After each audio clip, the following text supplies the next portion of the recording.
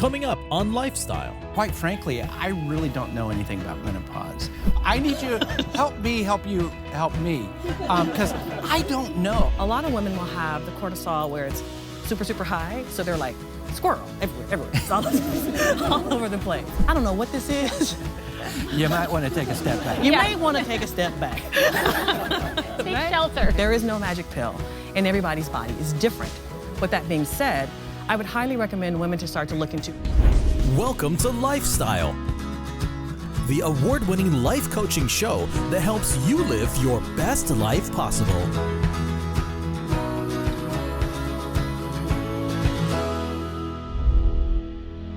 Here's your host, Roy Ice. Have you ever gone through a season of change and felt completely unprepared? Like no one told you what was coming or how to navigate it? For millions of women, perimenopause and menopause arrive like that, quietly, sometimes chaotically, and often misunderstood.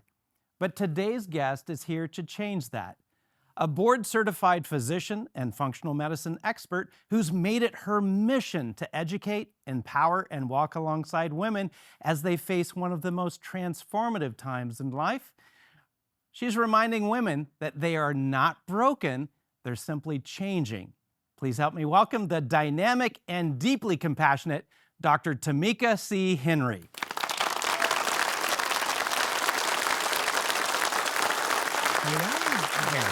Thank you so much for being here. Thank you for having me. Now, Tamika, I know what a lot of the viewers are thinking right now, and their first thought is, Roy, why are you worried about menopause? And first of all, it's probably because it starts with the word men, and I'm a little concerned because I think men are being blamed for a lot of these things that are going on in women. But Could be. it could be. But I'm pretty sure that men are not responsible for this. Well, I think you can help us, though. Well, I need you to help me help you help me, because I don't know. I mean, seriously, I've heard women talk, not to me, but to each other about menopause, certain symptoms, certain things they're going through. But quite frankly, I really don't know anything about menopause. What is menopause? What's perimenopause? What's going on in a woman's body that you call menopause? So when we think about menopause, I want you to understand this. It's where your period stops for 12 months. That's definition. Menopause, no period, 12 months. On the other hand, perimenopause is a whole different ballpark. I like to call that no man's land. You can have a period for 6 months and all of a sudden it stops. It can be almost go down to like 9 months and it's like, it's right back. Yeah. So changes in your cycle. And then the mood does some strange things. I think men can relate to this. It's up, it's down. I have the 7 dwarves. There's itchy. There is grumpy. There's psycho. There's bloating. There's sad. There's also witchy, and there's one more. Let me think of the other one. Forgetful.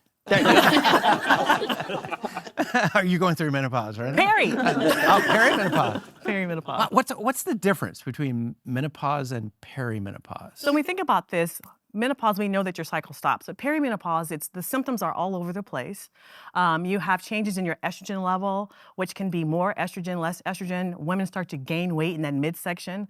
Like no matter what we do, women, it's like you might as well just eat air because you're just gaining weight in the midsection and the thighs. Yeah. There's also this period of not sleeping, huge. So you're in the bed, it's late at night, and you're up out of nowhere. It's like, and you're having your own little sauna right there, the night sweats. Anyone can relate to that? Not you, but maybe one of your friends. I mean, you know someone who could be experiencing that. A lot of those seem like emotional Right, you symptoms. can also start to see issues as it relates to gut health. Really? So you can start to see maybe you're getting more constipated or more loose stools.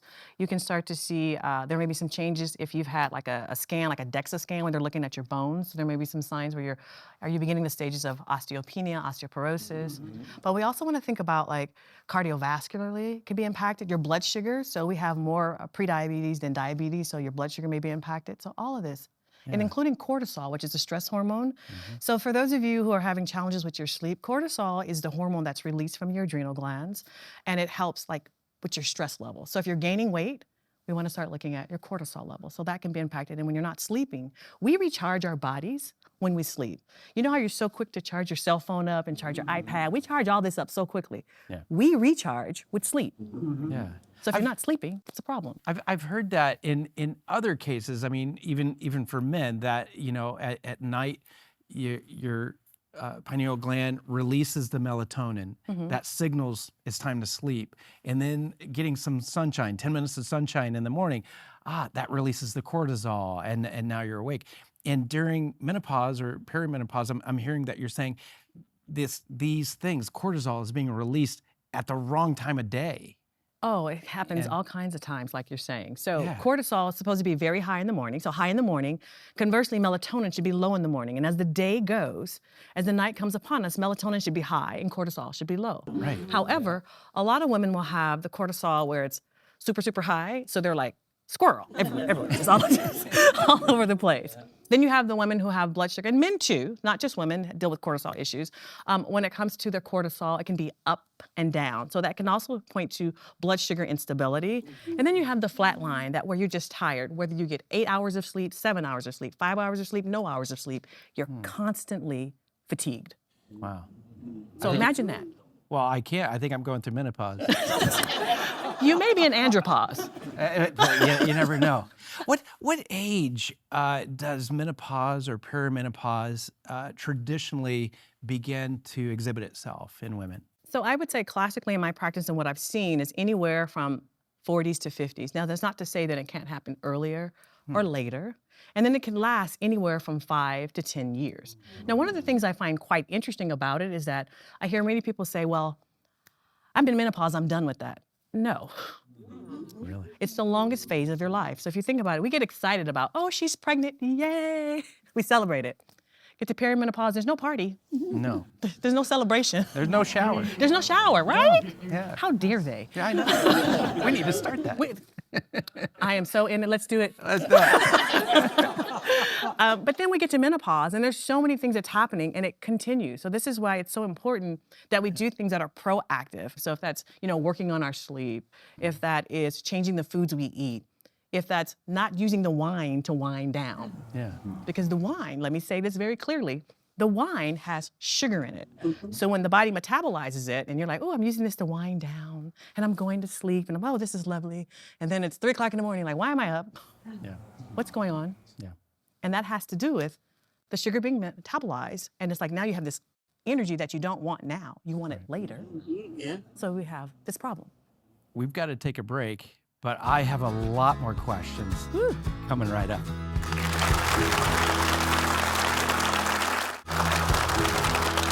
We're back with Dr. Tamika C. Henry, and joining us is Marie Mitchell. Yes, thanks for having me. Yes.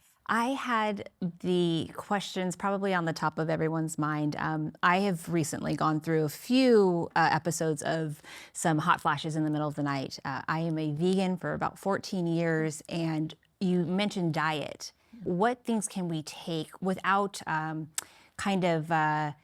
opening up a gate of other problems? I know cortisol is always talked about, but does that, level the hormone for possible cancers? What are all these things? I mean, these are things that I'm researching that people have questions about. When we think about food, there's a lot of foods out there that are inflaming, so processed foods, right? So when we think about inflaming foods, corn, dairy, soy, and when people eat certain things, it can cause them to have, women in particular, have hot flashes, night sweats, or even have symptoms like, I just feel like I have a lot of brain fog. Right. So eliminating processed foods are going to be one of my top things. Okay. Right? And then when we think about what can we do as far as our bodies are concerned, I would highly recommend women to start to look into resistance training, less cardio and more resistance training, at least 30 minutes 3 times a week, because that's really going to help our bodies, and especially when it comes to losing weight. And remember this, you're beautiful right where you are, regardless of the size. That's very important for me, for those of you who are watching to pay attention to and listen to and hone in on. Other things that come up as it relates to lifestyle changes is what's going on as it relates to gut health, right? Because if you're not having a bowel movement and it's all backed up, then that your bloated and you're having issues with your sleep, and then you have the hot flashes, and then you have the forgetfulness, and all this is coming to play. Yeah. So really working on good bowel habits. So making sure you're increasing your fiber, fiber. Okay. Yeah. Now, you specialize in functional medicine rather than reactive medicine. How does this help you approach menopause in what you see as a more beneficial way? So when we think about functional medicine, let me define that, because many people don't really know what functional medicine is. They're like, are you functioning in medicine? I've heard all kinds of that. Are you a real doctor? Well, I'm functioning. I'm functioning as one. Don't make me react. No. I love that. So functional medicine is basically code word for getting your body to work the way you want it to work, so you can feel the way you really want to feel and do the things you really want to do. Yeah. Okay. So with that being said, it's like root cause medicine. So if we think about a tree, and the tree has branches, and beneath the tree, there are the roots. So traditional medicine will prune back the branches. Like, oh yes, this is great, we're gonna cut here and cut there. But functional medicine gets to the root. Like, what's the why? Why are we doing this?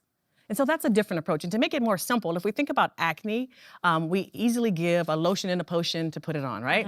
Right. But what if I told you your skin is a manifestation of what's going on in your gut? So let's get your gut right, and your skin will get right.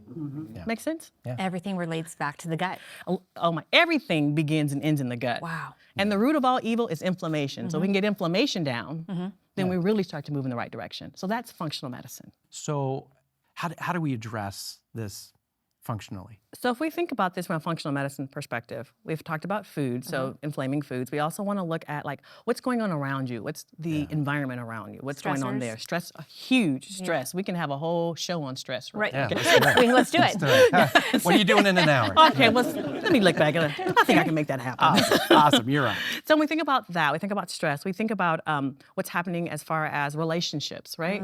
So many times we have relationships. And if I go back to stress real quick, there is physical stress from the foods we're eating. There's stress from what's going on in our body if we have some type of illness or so forth. There's financial stress. There's stress from caregiving. Caregiver burnout syndrome is real. Yeah. So we think about all that. And stress really impacts us cardiovascularly. And so our heart is really impacted. So looking at that, that's one of the ways I would say it. You brought up relationships. You become a slightly different person with your spouse. What advice would you give where you come home and you're like, well, who am I getting today, honey? What do you? Sometimes when you're under this much frustration and fear of what's going on with your body, you really don't know what the words to say. It's like, you know what? Let's just say that. There's a lot going on right now. I don't know what this is. You might want to take a step back. You might want to take a step back. Take Right? shelter. Shelter, like, I don't know. Seek shelter immediately. Yes. This is a 911 emergency. Yes. So having that conversation is real because he doesn't know. Right. Yeah. He can't relate. And then the kids, you go off on the husband, you go off on the kids, you kick the cat, the dog is gone. All this and you're like, what just happened, right? So the emotional challenges are real. And having that conversation, like, you know what, I'm not really certain what this is. And just being as supportive as possible, saying, you know what, I understand, how can I help you? And sometimes it may be, let me just cook dinner. Yeah. Let me get the fan. You're hot, right? We're hot. Or, let's do some things. Let's go out, let's eat something healthy. Let me see how I can support you in that way. Or it could even be as simple as, maybe we should make an appointment and talk to the doctor. Let's just take a look at the hormones because I was watching the Roy Ice show and I learned about this. So I'm thinking that this is something we can do together. I'm here for you. Brings up a good question. What are the hormone therapies available for women? Oh, definitely. There are different options. There's bioidentical hormone replacement therapy. The hormones that are there are from compounding pharmacies, and they are like the hormones that are chemically structured in our body, versus synthetic, which is at the pharmacy, like your Rite Aid, your Costco's, and so forth like that. They are not like the chemical structure of our bodies. Right. And so when we think about being healthier, we want our bones healthy, we want healthy brains. Bioidentical hormones help us with that. So as our levels start to fluctuate through perimenopause and menopause, we'll see that bioidentical hormones help us. All right, we have to take a break, but don't go away. We're going to answer a whole lot more questions right after this.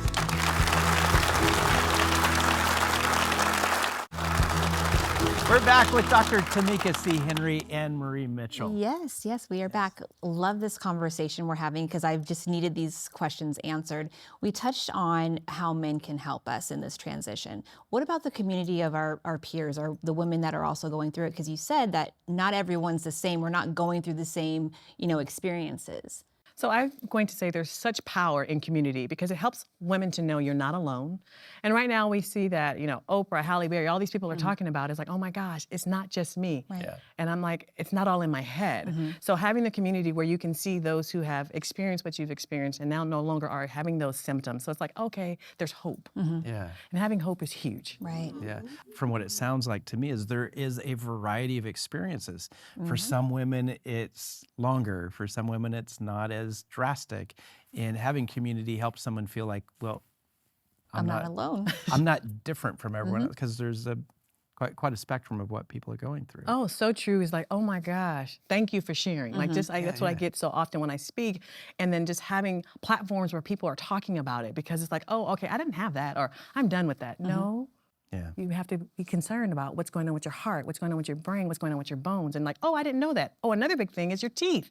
Women tend to lose their teeth during this time. So if you're having someone talk about this, Okay, now I'm scared. I'm scared. don't be scared. I wonder what you're going to look like with false teeth. She's gonna gum it through. Yeah, I'm going to go through. Hi, Marie. Wow, so that brings up a good point, though. So there are things that you take on after this is over. Right. So, and it's not necessarily over, it's just that this is a continuum. So if we think about it, you want to make sure you're as proactive as possible. So are you getting your routine checks? Are you looking at your teeth? Are you going in and getting your colonoscopy? Are you doing all the things to help you be proactive as opposed to being reactive? Yeah. Interesting. What are some of the other things that women can do to make sure that they're taking care of themselves emotionally, not just all the physical things that we've talked about? So there's certain supplements that are out there that can definitely help be supportive. Right. So if we think about we're having problems with sleep, I would say consider some melatonin.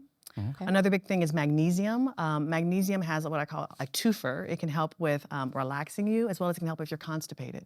It's really, really good. There's also black cohosh, which helps. It works sort of like estrogen. It helps with vasomotor symptoms of hot flashes and night sweats. It can also help with mood. And sometimes we need somebody else outside of our girlfriends to talk to, so maybe a therapist, because there's so much more going on. Yeah, we're honing in on menopause and perimenopause and what's going on there, but maybe we need to look at a broader picture and see what else is going on, because that may also be contributing to why you're not sleeping and stressed out.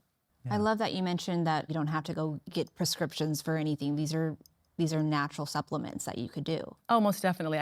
I caution people, because you can look on any type of platform, whether it's YouTube, Facebook, Instagram, TikTok, and get some of everything. Right. So make certain that it's from a quality source, making certain that it doesn't have any dairy, soy, wheat, corn, yellow number 5, red number 3, any of those things inside of there, because so many people are looking. I mean, if I ask those of you here, like, how many of you have a supplement drawer, cabinet, or bowl? Everybody has something, right? Yes. So be aware of what you're putting into your body, because people innately want to be healthy. Yeah. Yeah. Some of the challenges is not knowing where the resources are. Where are some of the best resources for women to go to find out solutions or find out support for going through this? So there's different Facebook communities out there that are talking about hormones. You can definitely look at, if you're stepping outside of traditional medicine, looking at functional medicine providers, because they're going to look at holistically what's going on with you. And that's what you really want to do. You just don't want to hone in on the hormones. You want to hone in on all of you, because you're not just a walking hormone. You're a walking, beautiful person that's trying to live your best life. Other things I would consider is when you're looking at supplements, just be aware of what you're putting in your body, because there's so many avenues to get them. And so speak to someone to help guide you, whether that is a provider who is well-versed in hormones, or if that's your own personal primary care doctor, or even speaking with a functional medicine doctor, just making certain that you have someone to guide you. How careful should a woman be based on what she's taking? Because I know some hormone replacements could elevate, a cancer or something. What should we look out for? What should we, avoid all of us have cancer genes, period, all right? It's just whether or not they get activated is what's important, right? So when we're thinking about cancer, there's big studies out there that where it cause a lot of issues. We're like, oh my God, it's gonna cause cancer. No, I'm going to say there's a risk across the board for everyone. So making certain that you're speaking with someone who's well-versed, a provider that is, as it relates to hormones and hormone replacement, because there's various providers who will use hormones to treat cancer, and there's other providers who won't use hormones to treat cancer. Interesting. But it's key to understand we all have genes, just whether or not they get activated. I love that. Now, I'm sure now a lot of people are wanting to get connected directly with you and all the research and everything that you're doing. What's the best way for people to connect with you? We can look at my website, which is unlimitedhealthinstitute.com. Another way, many of us are on social media. So Instagram, it's I am Dr. Dr. Tamika, and that's T-A-M as in Mary, I-K-A. So that's one of the ways, and also I'm on TikTok. I'm also on Twitter, all these different things. So whatever the easiest for you, or just pick up the phone. Yeah. The old-fashioned way. Thank you. Pick up the phone and say, hey. And that number is 626-389-8922. So simple. That's amazing. Thank you so much for being a resource to all of our viewers today and to so many people. Thank you. Thank you for having me. Thank you so much. Awesome. Don't go away. When we come back, I've got some words of encouragement for you.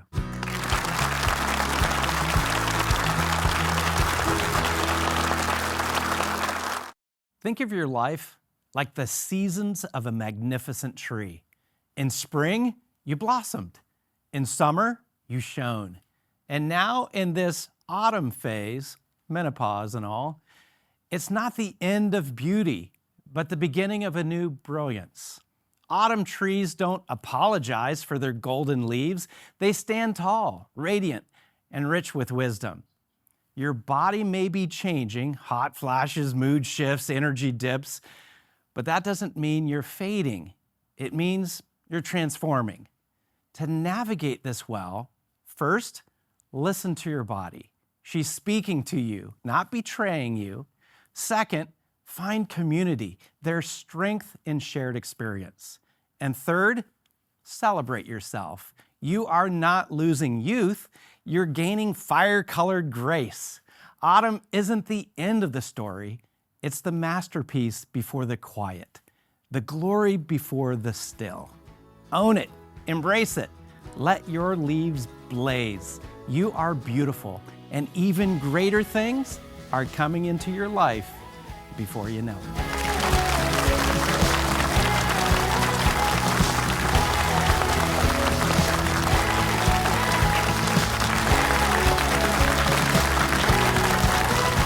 Don't forget that you can find exclusive content on all of our guests.